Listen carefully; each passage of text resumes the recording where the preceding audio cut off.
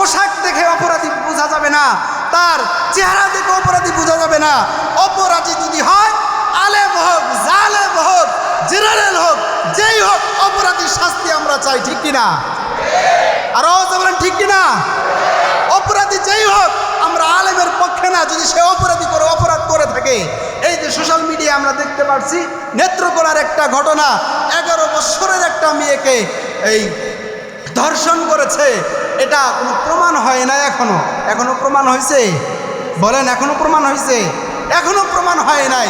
এই যে মিডিয়ায় যারা কাজ করে, সাংবাদিকতা যারা করে, এই নাস্তিকগুলো এমনভাবে কাজ করে, মাদ্রাসার বিভক্ত কাজ করতে চায়, ইসলামের বিরুদ্ধে কাজ করতে চায়, কোরআনের বিরুদ্ধে কাজ করতে চায়, ঠিক কিনা? আরো আওয়াজে বলতে হবে, ঠিক কিনা?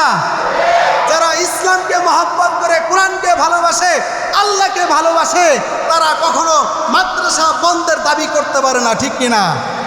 বাংলাদেশে বিভিন্ন জায়গায় বালিকা মাদ্রাসা আছে, মহিলা মাদ্রাসা আছে। আমরাও চাই পুরুষ দ্বারা পরিচালিত না হোক, মহিলা দ্বারা হয়ে যাক। এর মানে এই নয় যে বাংলাদেশে 100 মহিলা মাদ্রাসা থাকলে হয়তো 2, 4, 5টা মাদ্রাসায় ঘটনা ঘটতে পারে। যার দ্বারা ঘটনা ঘটুক, যে অপরাধী তাকে ফাঁসি হোক, এটা আমরা চাই। কিন্তু এর মানে এই 1টা 2টা ঘটনার কারণে যদি কোনো নাস্তিক বেঈমান বলে মাদ্রাসা বন্ধ করতে হবে, কোরআন বন্ধ করতে হবে, হাদিস বন্ধ করতে হবে, ওই নাস্তিক বেঈমানের জিহ্বা টেনে আমরা ছিঁড়ে ফেলবো, ঠিক কিনা? আর আওয়াজ বলেন ঠিক কিনা? কারণ এই কোরআন কার? একটু আওয়াজ বলেন তো, কোরআনটা কার? আল্লাহর কোরআন, নবীর হাদিস। এই কোরআনের জিম্মাদারি আল্লাহ দুনিয়ায় অবতীর্ণ করে পাঠাইছেন, এটার জিম্মাদারি আল্লাহ নিচে নিয়েছেন। অতএব এই কোরআনকে নিয়ে যে লাগতে আসবে, কোরআনের পিছনে যে পড়বে, সে নিজে ধ্বংস হয়ে যাবে, ঠিক কিনা? প্রিয় ভাইয়েরা, আমি আপনাদের কাছে অনুরোধ করব যে কখনো মাদ্রাসার বিরুদ্ধে কাজ করবেন না, কখনো কোরআনের বিরুদ্ধে কাজ করবেন না, আলেম বিদ্বেষী হবেন না। আলেমরা হলো নবীর ওয়ারিস, এটা আল্লাহর কোরআনের কথা, আল্লাহর কথা। আর এই নবীর ওয়ারিসরা, শয়তান যে কোনো সময় একজনকে ধোঁকা দিয়ে একটা কাজ করতে পারে। আমিও যদি অপরাধী হয়ে থাকি, আমার শাস্তি হোক, এটা আমি চাই। এই অপরাধী যেই হোক, তার দ্বারা তার শিক্ষা প্রতিষ্ঠান বন্ধ করতে হবে। এটা কি যৌক্তিক? বলেন, এটা কি যৌক্তিক? বলেন, এটা কি যৌক্তিক? এটা যৌক্তিক না।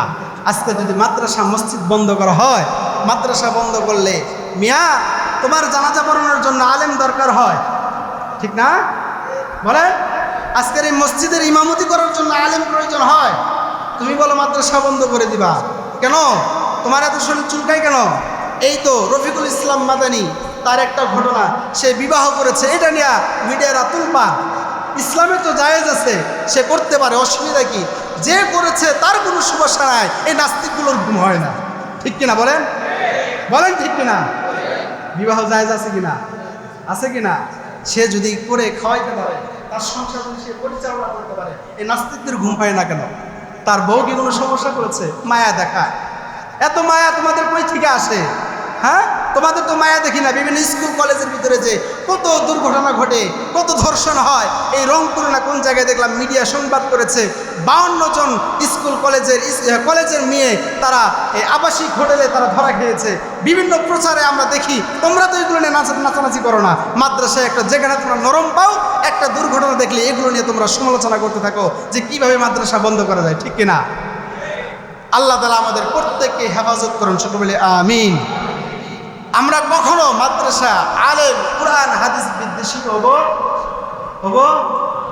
আর আওয়াজ বলেন, নবী বিদ্বেষী হব? হ্যাঁ, মানি না, মানব না, মানতে পারি না আল্লাহর কোরআনের অপমাননা। মানি না, মানব না, মানতে পারি না আল্লাহর নবীর অপমাননা। মানি না, মানব না, মানতে পারি না আলেম ওলামার অপমাননা। অপমাননাকারীরা রক্ষা পাবে না, ঠিক কিনা? অপমাননাকারীরা রক্ষা পাবে না।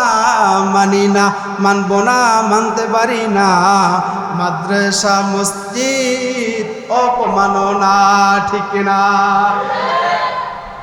আল্লাহ তাআলা আমাদেরকে কবুল করে নেন, সকলে আমিন। আপনারা একটা কথা দেন, যেই জায়গায় মাদ্রাসায় যদি কোনো খারাপ কাজ না হয়, লেখাপড়া হয়, কখনো যোগ্য আলেম, হক্কানি আলেম কোরআন হাদিসের বিরুদ্ধে কাজ করবেন না, ওয়াদা দেন ইনশাল্লাহ বলেন।